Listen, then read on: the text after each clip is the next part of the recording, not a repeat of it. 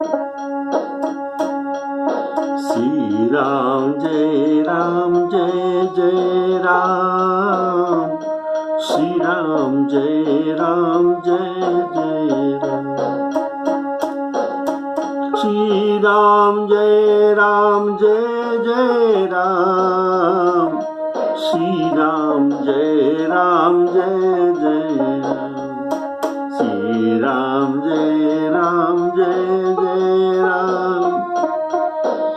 श्री राम जय जय राम। आदरणीय श्रोता बंधुओं को सप्रेम राम राम कहते हुए आज का पवित्र राम कथा आपके सामने परिवेशन कर रहा हूं। बोलिए सियावर रामचंद्र की जय।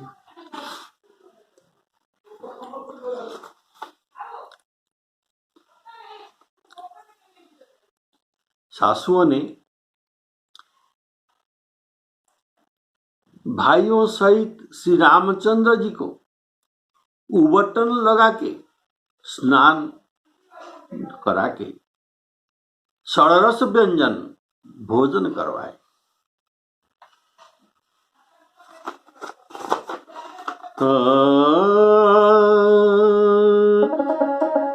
प्राणी न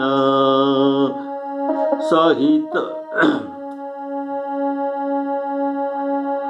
भाई न सहित उबटी अनवाई, छरस सन अति हेतु जेवाए। श्री राम जय जय राम, श्री राम जय जय राम। कल ये बात आपने सुन रहे थे। तो ये उबटन लगा के जो स्नान कराए, ये उबटन क्या है? ये उबटन में सरसों, तिल, डिरोजा इत्यादि लेप देकर स्नान कराया जाता है और भोजन कराए। दिन में भोजन के पहले ही स्नान किया जाता है। अगर यह राम जी के ये पहला स्नान होता तो तब ये बिना संध्या पाठ और पूजा करके तो कैसे भोजन करते? अर्थात वे भोर एक प्रहर रात रहते हुए स्नान पूजन किए थे। उनके उठने का समय, राम जी के उठने का समय तो गोस्वामी जी ने बता रहा है।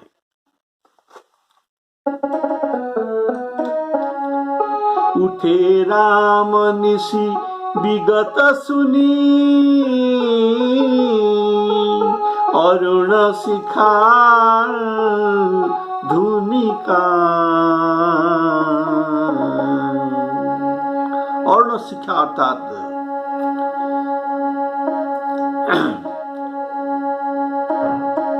अरुण शिखा जो सवेरे उठकर मुर्गी जो 4 बजे से सबको उठाते हैं, ये है अरुण शिखा। अरुण शिखा धुनिका, गुरु ते पहिले ही जगतपति, जागे राम सजा। श्री राम जय जय राम। तो ये राम जी भोजन करने से पहले जो स्नान किया, ये उनका दूसरी स्नान था। सुअवसर जानकर राम जी शील, स्नेह और संकोच भरी वाणी में सासुओं को बोलते हैं। सब भाइयों से राम जी बड़े हैं, इसलिए उनके सामने छोटे भाई बोल नहीं सकते, ये शिष्टाचार के विरुद्ध है।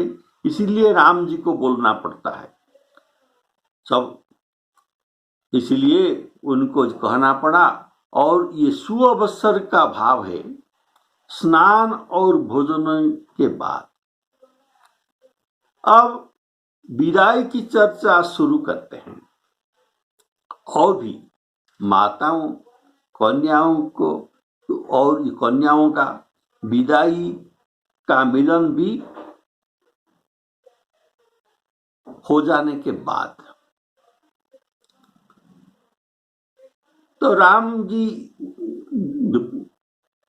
विदा करने के लिए, विदा कराने का हेतु में वहां सासुओं के पास पहुंचते हैं। राम जी कितना सुंदर भाव से विदाई का प्रसंग प्रारंभ करते और कहते हैं कि महाराज अयोध्यापुरी को चलना चाहते हैं, उन्होंने हमें विदा होने के लिए यहाँ भेजा है। राजा अयोध्यापुरी चलना चाहते हैं, इनमें अंतर्भाव है कि राजा के विदाई और बारातियों के विदाई जनक जी की आज्ञा से मिल गया है और अब हमें विदाई दीजिए, ऐसा न कहकर राजा ने विदाई के लिए हमें भेजा है।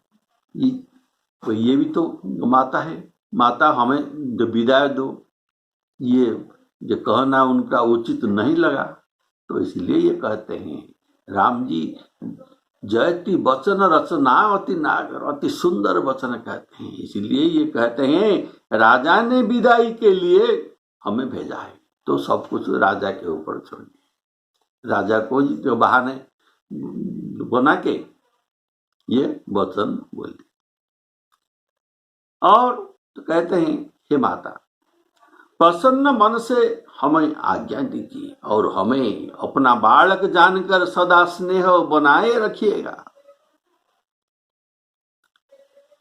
आय सुदेही मुदित मन माता, जेहि मुद मंगलु कानन जाता। तो यहाँ जेहि मुद मंगलु अयोध्या जाता, अर्थात हमारे रास्ते में जैसे मंगल हो, इसलिए हमको ये आनंदित मन में आज्ञा दीजिए।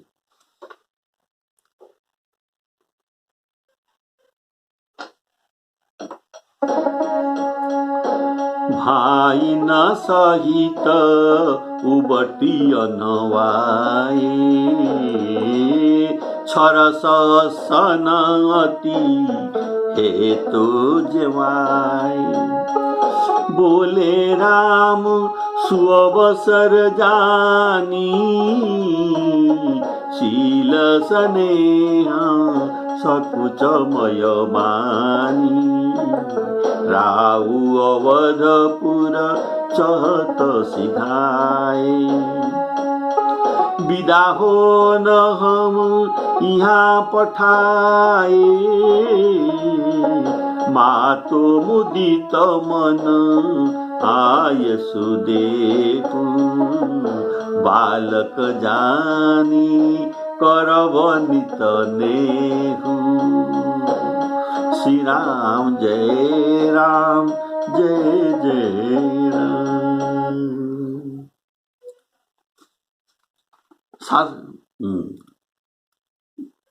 इन वचनों को सुनते ही रनिवास उदास हो गए। सासुए प्रेम बस कुछ भी बोल नहीं सकते। उन्होंने सब कुमारियों को हृदय से लगा लिया और उनके पतियों को सौंप देते। यहाँ बहुत विनती की इसका भाव है। सुनत वचन बिलखेऊ रनिवासु। राम जी का ये अत्यंत विनीत वचन है। बोली न सकई प्रेम बस सासु, हृदय लगाई कुंवरी सबलीनी, पति सौंपी बिनती अति कीनी। प्रेम बस सासुओं के मुख से वचन निकलता नहीं, कारण अपने प्रेमियों को, अपनी प्रेमी को जाओ वैसे कभी भी नहीं कह सकते, इसलिए बोली न सकई प्रेम बस सासु। विनय करने के लिए हाथ जोड़ के, विनय करने के लिए राम जी हाथ जोड़ के वचन कहते हैं।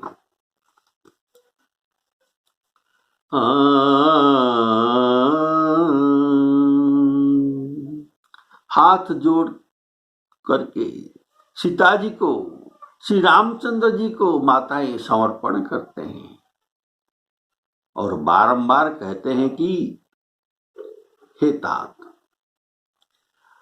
आप सुजान हैं, आपको कुछ समझाना उचित नहीं। देखो, मैं बल जाती हूं, तो बल जाती हूं अर्थात स्त्रियों के ऐसे कहने का एक शैली है ये अवधी भाषा में।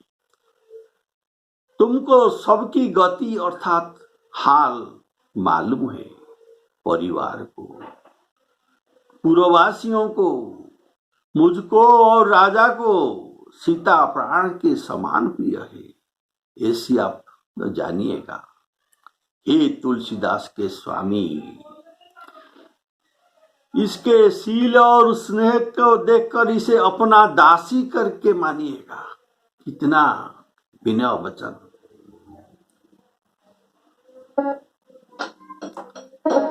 करी विनय सिय राम ही समर्पी, जोरी कर पुनि पुनि कहे, बलि जाऊं तात सुजान तुम कहूं, विदित गति सब की।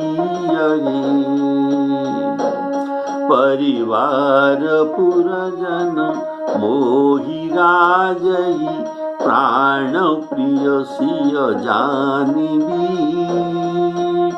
तुलसी सशील सने गुलखी निज, किंकरी करी मानिबी।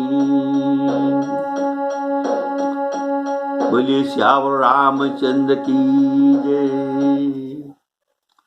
तुलसी और यहाँ परिवार पुरजन कहने का भाव, निमि वंश के सब लोग, वंश में जितना लोग हैं, इनके जो 8 भाई हैं और ये सब लोग निमि वंश के सब लोग और जनकपुरवासी सबको सीता अत्यंत प्रिय है। ऐसे प्रिय वस्तु को मैं आपको, ये सिर्फ हमारे प्रिय वस्तु को मैं आपको समर्पण करता हूं। उनको, इसी सीता को किंकरी करी मानिबी का भाव, सीता जी तो अयोध्या के पटरानी बनेगी, लेकिन माताओं के भाव, कितना विनय भाव। इसे किंकरी करके लीजिए, अपने घर के सेवकिनी, नौकरानी, ये अर्थ होता है।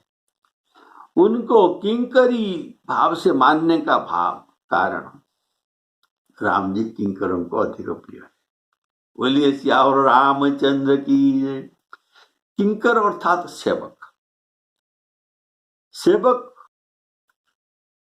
सभी के प्रिय होते हैं, सभी मालिक को सेवक प्रिय होते हैं, लेकिन राम जी का सेवक के ऊपर अधिक प्रीति, ऐसा गोस्वामी जी कहते हैं।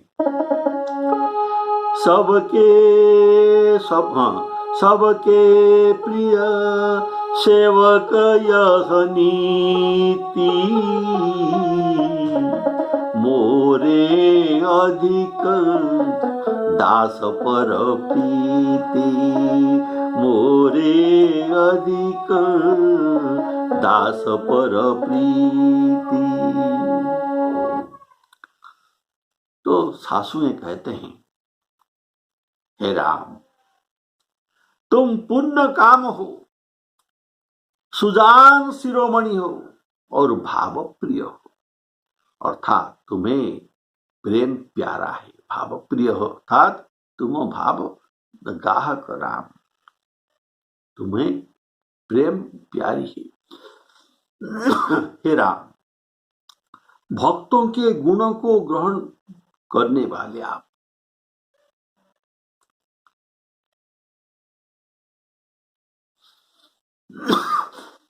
भक्तों के गुणों को आप ग्रहण करने वाले, उनके अवगुण को नहीं देखते और अवगुण को नाश करने वाले और दया के धाम है। ये बोलते हैं, तुम परिपूरन काम जान शिरोमणि भाव प्रिय, जन गुण गाहक राम, दोष दलन करुणायतन,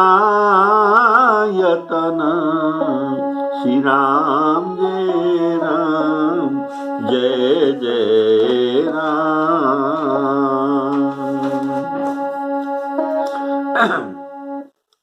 तुम परिपूर्ण काम, इसका सुंदर भाव सुनिए। आपको कौन किस वस्तु देकर आपको संतुष्ट कर सकता है? आप तो पुण्य काम है। जिसके पास किसी वस्तु नहीं होता तब उसको वही वस्तु देकर तृप्त किया जा सकता है। आपको सब वस्तु प्राप्ति है, आप पुण्य काम है, इसलिए आपको परिपूर्ण काम तो कहा गया है। इसलिए वस्तु दान के द्वारा तुमको संतुष्ट किया नहीं जा सकता और संभव तो नहीं है। अगर ज्ञान के द्वारा आपको संतुष्ट किया जा सकता, ये भी संभव नहीं, कारण आप जान शिरोमणि है, ज्ञानियों का शिरोमणि है। और अर्थात भगवान गीता में कहते हैं, हे अर्जुन, मुझे वेद के द्वारा, तपस्या के द्वारा, दान और यज्ञ के द्वारा तथा ऐसे सब सत्कर्मों के द्वारा मुझे कोई संतुष्ट नहीं कर सकता। मैं केवल भाव प्रिय हूं, भक्ति प्रिय माधव। बोलिए श्यावर रामचंद्र की जय। नाहं वेदेन तपसा न दानेन न चेज्जया यज्ञ। नाहं वेदेन तपसा न दानेन न चेज्जया शक्यम् एवं विधो द्रष्टुं दृष्टवानसि मां यथा।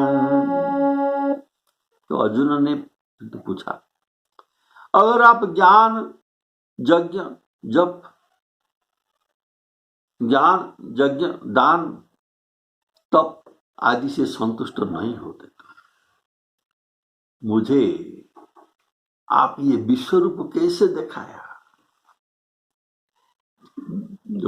मेरे पास इस कोई भी भाव नहीं है, ज्ञान तप आदि कुछ भी साधन नहीं है, तो मुझे आपने कैसे ये विश्व रूप दिखलाए? तो भगवान कहते हैं, तुम्हारे पास इसके सिवा और एक चीज है। तो क्या? भक्त्यास्त्वनन्या सख्यम् अहमेव विधोऽर्जुन ज्ञातुं द्रष्टुं च तत्त्वेन प्रवेष्टुं च परं तप। इसलिए भक्ति प्रिय माधव है, आपको ज्ञान के शिरोमणि आप तो ज्ञान के शिरोमणि, आपको मैं क्या समझाऊंगा, ऐसे माताएं कहते हैं। आप गुण ग्राह कहे, देखी दोष कबहू को उर नौरानी। भक्तों के दोष देखने पर उसे कभी उर नहीं लाए, उनको देखकर भूल जाते हैं, अनदेखा कर देते हैं। लेकिन उनके गुणों अगर कुछ है तो ये सबको बताते हैं। देखी दोष कबहु नौरानी,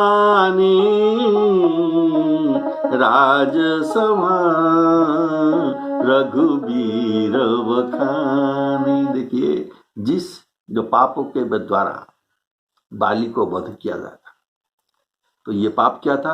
अनुज वधु भगनी सुत नारी, सुनु सठ कन्या समय चारी, इन्हीं कुदृष्टि विलोकत जोई, ताई बधे कछु पाप न होई। तो ये पाप दोनों विभीषण और सुग्रीव किए थे, अपने भाइयों के स्त्रियों को रखा था। तो ये इस दोष को कभी भी मन में नहीं आने, बल्कि जब ये राज्याभिषेक समय में जब लंका से युद्ध जय करके प्रभु अयोध्या में पहुंचते हैं, तब ये गुरु वशिष्ठ जी को इनके इंट्रोड्यूस करते हैं कि ये सब सखा है मेरे, ये सब मेरे सखा है, ये सब समर सागर में ये सब बेड़ा बनकर मुझे बचा लिया। तो कितना गौरव देते हैं भक्तों को। बोलिए सियावर रामचंद्र की जय। इसलिए राम जी गुणग्राह कहे, देखी दोष कबहु न उराने, राजसभा रघुवीर बखानी। रहत न प्रभु चित चूक किए की, करत सुरती सयवार हिए की। प्रभु के इससे स्वभाव है, भक्तों के भूल चूक ये तो भुला देते हैं, लेकिन उनका कोई अच्छा गुण को याद करते हैं। कितना बार? न 100 बार याद करते हैं। करत सुरती सयवार हिए की। श्री राम जय राम, जय जय राम। तो ऐसा कहकर रानी चरणों को पकड़कर चुप हो गई, राम जी के चरणों को पकड़कर चुप हो गई। मानो उनकी वाणी प्रेम रूपी दलदल में समा गई हो। स्नेह से सनी हुई श्रेष्ठ वाणी सुनकर श्री रामचंद्र जी ने सास का बहुत प्रकार से सम्मान किया। श्री रामचंद्र जी ने हाथ जोड़कर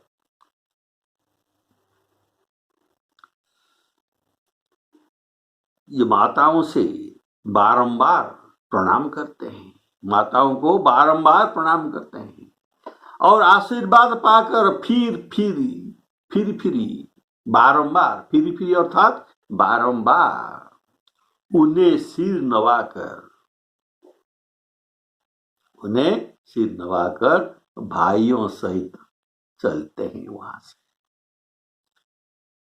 ऐसे बार बार प्रणाम करने का भाव, श्री राम जी भाव प्रिय है, इसीलिए उनके सास जी को बड़े भाव दिखा रहे हैं।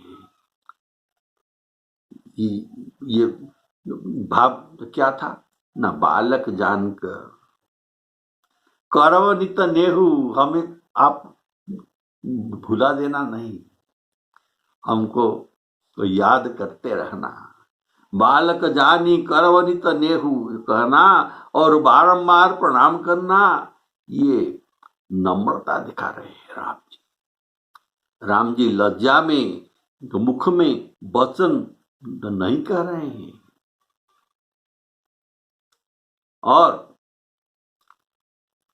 ये कुछ भी सासुओं को वचन नहीं कहते, लेकिन बारंबार प्रणाम करके उनके बीच बिना वचन में ये सब कुछ कह दिए।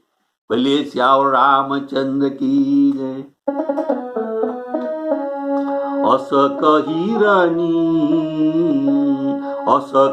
रही चरण गहिरानी, प्रेम पंकजनु गिरा समानी।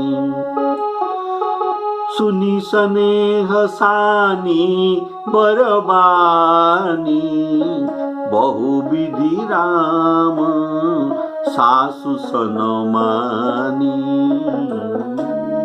राम बिना मांगत कर जोरी, राम बिना मांगत कर जोरी, की न प्रणाम बहोरी बहोरी। ये शिष्टाचार राम जी से सीखना चाहिए। प्रणाम कैसा भाव दिखाकर दूसरों को संतुष्ट करना चाहिए। किन्न प्रणामो बहोरी बहोरी।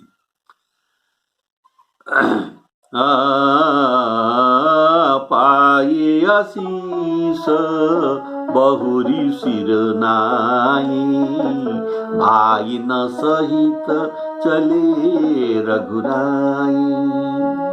श्री राम जी के सुंदर मधुर मूर्ति को हृदय में लाकर सब रानियों स्नेह से शिथिल हो गई। फिर धीरज धारण करके कुमारियों को बुलाकर माताएं बारंबार उन्हें गले लगा रहे हैं और भेंटने लगी। कुंवरी हंकारी अर्थात कुमारियों को बुलाकर, अर्थात पहले इनके पति को समर्पण किए थे।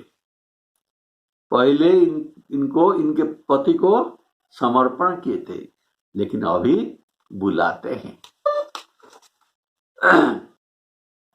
बोलिए श्यावर रामचंद्र की जय। अर्थात वे कुमारियां को जब ये समर्पण करते हैं, तब ये लजाकर वर के पास न रखकर उनके वरों के थोड़ा सा दूर में ये खड़े होकर प्रतीक्षा कर रहे थे। इसलिए उनको बुलाए। पहले समर्पण किया, अभी उनको बुलाए।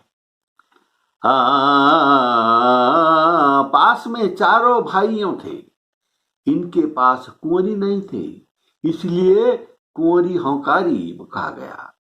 क्षत्रियों को पति के पास, ये जो पुत्रियों को पति के पास पहुंचाते हैं, उनको बुलाकर फिर उनको उनके पतियों के पास पहुंचाते हैं और ये फिर लौट कर मिलती है, उनके पास पहुंचाती है, लेकिन फिर माताएं और पुत्री लौटकर फिर मिलते हैं, फिर पहुंचाते हैं। सखियों ने उनको लेकर राम जी के हवाले कर देते हैं। फिर ये माता और ये उनके पुत्रियों मिलते हैं। ऐसा परस्पर में कुछ थोड़ी प्रीति नहीं थी उनमें। तो माता और जो पुत्री का जितना गाढ़ प्रेम है, माने बहुत प्रेम है। ये बार बार मिलती हुई माताओं को सखियों ने अलग कर देती हैं, जैसे हाल की जो ब्याई हुई गाय सद्य जन्म किया हुआ गाय के बछड़ा को, जैसे माता बहुत प्यार करते और उनसे बिछुड़े नहीं देते। इसलिए कहा गया जैसे हाल की ब्याई हुई गाय को कोई उनके बाल बछड़े को से अलग नहीं कर रही है, अलग कर रही है, ऐसा दृश्य था। मंजो मधुर मूरति उरवानी भई स्नेह शिथिल सबरानी पुनि धीरज धरी कुंवरी हंकारी बार बार भेटही महतारी पहुँचा वही फिरी मिलई बहोरी बढ़ी परस पर प्रीति न थोरी पुनि पुनि मिलत सखिन बिलगाई बाल वत्स जिमी धेनु लवाई। इसका भाव है माता और कन्या अपने तरफ से कभी अलग हो ही नहीं सकते। माता और कन्या अपनी तरफ से कभी अलग हो ही नहीं सकते, इसलिए सखियों को इन्हें अलग अलग अलग करना पड़ता है। सब स्त्री पुरुष और सखियों के सहित सारा रनिवास प्रेम के विशेष बस हो रहा है। ऐसा लगता है मानो जनकपुर में करुणा और विरह ने डेरा डाल दिया है। प्रेम विवश नर नारी सब सखी न सहित रनिवासु मानव की न विदेहपुर करुणा विरह निवासु श्री राम जय जय राम। मानव किन्न विदेहपुर करुणा विरह निवासु अर्थात विदेहपुर ज्ञानी योगी और वैरागियों का घर है, इसलिए करुणा और विरह किंचित भी नहीं होना चाहिए, किंचित भी नहीं होना चाहिए। ये करुणा और विरह ये ज्ञानियों के पास नहीं है। तो यह केवल सीताराम जी के प्रेम के कारण ये हुआ है और ये प्रेम के उनके प्रेम का शोभा है। बोलिए श्यावर रामचंद्र की। देखिए जनक जी का जो वचन में जो ज्ञान देते हैं, ये ज्ञान सुनकर लोग जीव भवसागर तर जाते हैं। उनके मुखचंद्र से जो किरण मन वचन रूपक किरण मुख को सूर्य कहा गया, उनके ज्ञान रूपक सूर्य जो उनके मुख है, ये जो उनके जो वचन रूपक किरण निकलता है, इसमें मुनि रूपी कमल विकसित होते हैं। अर्थात मुनियों को ये प्रसन्न देते हैं जनक महाराज। चलिए इनके पास मोह होना,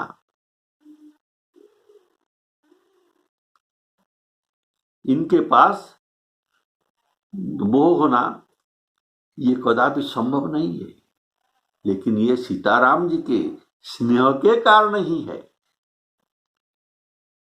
कारण जितना भी विज्ञान हो, अगर राम प्रेम हृदय में नहीं तो इनका अवस्था ऐसा है जैसे एक नाव अथाह सागर में घूम रहा है, लेकिन इनके कर्णधार नाव का चलाने वाला नहीं है।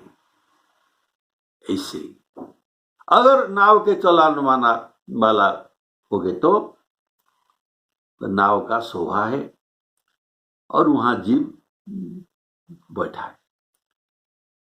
तो ऐसे जितना भी ज्ञान हो, राम प्रेम इनके साथ मिलना चाहिए।